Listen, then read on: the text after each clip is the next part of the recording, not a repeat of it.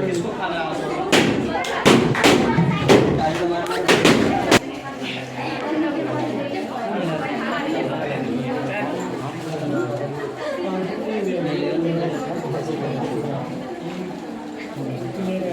में एक लेखक ने लिखा है कि सब धरती कागज करूं, लेख भी सब बन रहा है, और सात समंदर मेसी करूं और गुरु गुण लिखा न जाए। अर्थात पूरे धरती को मैं कागज कर दूं, पूरे धरती पर मौजूद पेड़ पौधे जो हैं उसको मैं कलम बना दूं, लेखनी बना दूं, और सात समंदर को स्याही इंक बना दूं, फिर भी गुरु का जो गुण है वह लिखा नहीं जाएगा कम पर। यह बात किसी लेखक ने लिखी है और कबीरदास जी के द्वारा यह रचित रचना। गुरु की जो महिमा है वह किसी एक दिवस से तय नहीं होती है, लेकिन प्रतीकात्मक रूप से हम 5 सितंबर को शिक्षक दिवस के रूप में मनाते हैं। वह जो लौकिक गुरु हैं उनके लिए, ये तो गुरु पूर्णिमा जो है आध्यात्मिक गुरु है, उनके लिए गुरु पूर्णिमा भारतीय सभ्यता संस्कृति में मनाने की परंपरा रही है। लेकिन महान शिक्षक डॉक्टर सर्वपल्ली राधाकृष्णन ने महाजनो एन गतः सपंथा के सिद्धांतों पर चलते रहे हुए उसी परंपरा का 100% अक्षरशः अनुपालन किया। इसीलिए उनके जन्म दिवस को 5 सितंबर को शिक्षक दिवस के रूप में 1962 से मनाने की परंपरा रही। महान शिक्षाविद, भारत के प्रथम उपराष्ट्रपति, भारत के प्रथम भारत रत्न पुरस्कार विजेता डॉक्टर सर्वपल्ली राधाकृष्णन का जन्म 5 सितंबर 1888 को तिरुटल्ली गांव मद्रास में हुआ था। इनकी माता का नाम सीतम्मा था और पिता का नाम सर्वपल्ली वीरास्वामी था। इन्होंने मद्रास यूनिवर्सिटी से दर्शन शास्त्र में एमए किया था और बाद में ऑक्सफोर्ड यूनिवर्सिटी में अध्यापक हुए, जो दुनिया के प्रतिष्ठित यूनिवर्सिटी है, और वहाँ पर दर्शन शास्त्र के शिक्षक के रूप में वहाँ पर अपना सेवा देने का काम किया। 1904 में शिव कामू से इनका विवाह हुआ।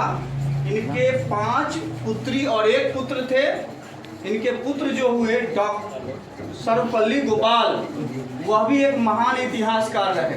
और आपको जानकर ताज्जुब होगा कि भारत के महान बैट्समैन वीवीएस लक्ष्मण इन्हीं के खानदान से आते हैं। वे जब भारत की संविधान निर्माण की सभा गठित हुई तो 1947 से 1949 तक संविधान के निर्वात्री सभा के सदस्य रहे। उसके बाद जब भारत आजाद गणतंत्र हुआ तो गणतंत्र होने के बाद उन्हें 1952 में भारत का प्रथम उपराष्ट्रपति चुना गया और बनाया गया, जहां पर वे सभी के विचारों को लेकर चलते थे और काफी सम्मानित होते थे। 1962 ईस्वी में डॉक्टर राजेंद्र प्रसाद के बाद वे भारत के राष्ट्रपति चुने गए। और जब वे भारत के राष्ट्रपति निर्वाचित हुए तो इनके सामने बड़ी चुनौतियां आई, क्योंकि उस समय भारत के 2 प्रधानमंत्री, इनके कार्यकाल में उनकी देहावसान अर्थात उनका निधन हो चुका था। इसलिए और उसी समय भारत और चीन युद्ध भी हो रहा था, इसलिए इनके पास ज़्यादा चुनौतियां था। लेकिन उन्होंने उन चुनौतियों का डटकर मुकाबला किया और अच्छे ढंग से बड़े ही निपुणता के साथ राष्ट्रपति का जो पद है उसको अलंकृत किया और 1962 ईस्वी में सबों के सहमति से इनके सम्मान और मान में वृद्धि करते हुए इनके जन्म दिवस को शिक्षक दिवस के रूप में मनाने का फैसला किया। 1975 ईस्वी में अप्रैल 1975 ईस्वी में 17 अप्रैल 1975 को लंबी बीमारी के बाद इनका हृदयाघात से, हार्ट अटैक से इनका निधन हो गया। और इन्होंने जो परंपराएं बनाई, जो उन्होंने निशानियां छोड़ी, उसके बारे में महात्मा बुद्ध ने कहा था अप्पो दीपो भवा, अर्थात स्वयं से दीपक हो जाओ। शिक्षकों के बारे में और शिक्षा के बारे में इनकी जो राय थी वह ऐसी थी कि वह जीवन भर शिक्षा के लिए ही आवाज उठाते रहे और उसमें लगे रहे। उनका एक बड़ा मशहूर कथन था कि बिना शिक्षा के मानव बिना लगाम के घोड़े के जैसे, क्योंकि उसकी बुद्धि का विकास नहीं हो पाता है और वह अनियंत्रित होता है। इन्होंने कहा, इन्होंने महात्मा बुद्ध पर भी ढेर सारी रचनाएं लिखी, ढेर सारी किताबें लिखी और ये उस समय के कैबिनेट में मौजूद अधिकतर लोग इनको गुरु के ही दृष्टि से देखते थे, क्योंकि ये बड़े पढ़े लिखे लोग थे और एक सम्मानित व्यक्ति के रूप में रखते थे, सबों को स्नेह और प्रेम करते थे। कहा गया है कि शिक्षक जो है उसके गोद में चाणक्य का कथन है, सृजन और विध्वंस अर्थात प्रलय पलता। एक शिक्षक जो होते हैं वह सृजन करता होते हैं, वह एक कुम्हार की तरह होते हैं कि जो मिट्टी के घरों को कच्चे मिट्टी से एक गढ़े को गढ़ते हैं और फिर उसको ना चुनौतियों में पकाकर एक कीमती गुणवान मूल्यवान बर्तन बनाते हैं जिसका अपना मूल्य होता है। वैसा ही कार्य एक शिक्षक करता है। शिक्षक का दायित्व इतना महान है कि इसी बात से आप समझ सकते हैं कि कोई भी माता पिता अपने बच्चों को कहीं नहीं छोड़ते, अकेला भी नहीं छोड़ते, लेकिन वो पहली बार आते हैं तो उसकी उंगली पकड़ कर आते हैं और दुनिया के सबसे भरोसेमंद इंसान शिक्षक के हाथों में पकड़ा देते हैं और कहते हैं कि अब आप इसे संभालिए। ये शिक्षकों का एक सबसे बड़ा दायित्व है। और उस समय शिक्षकों का जो महत्व है वो अपने आप में ऐसे हो जाता है कि एक व्यवहारिक बात बताते हैं कि मास्टर साहब लगता है, उनके नाम के लास्ट में क्या लगता है? साहब। साहब उन्हीं के नामों में व्यवहारिक रूप से लोग उच्चारित करते हैं जिनके हाथों में किसी का भविष्य होता है, किसी की जिंदगी होती है, जैसे जज साहब, ड्राइवर साहब, कंडक्टर साहब, वैसे ही मास्टर साहब। लेकिन जो अस्थायी है, जो बदलते रहते हैं, जिनके सानिध्य में किसी का भविष्य नहीं होता है, उनके नाम में जी लगा देते हैं। ये व्यवहारिक बात, जैसे मुखिया जी, विधायक जी, लेकिन मास्टर साहब लगता है। क्यों? क्योंकि इनके हाथों में एक बड़े समूह और अपने द्वारा पढ़ाए जा रहे विद्यार्थियों, शिक्षार्थियों, चेले चपाटी जो है उनका एक भविष्य होता है, इसीलिए इनके नाम के अंत में साहब लगता है। शिक्षक के बारे में एक बहुत बड़े शायर हुए थे, फैज अहमद फैज।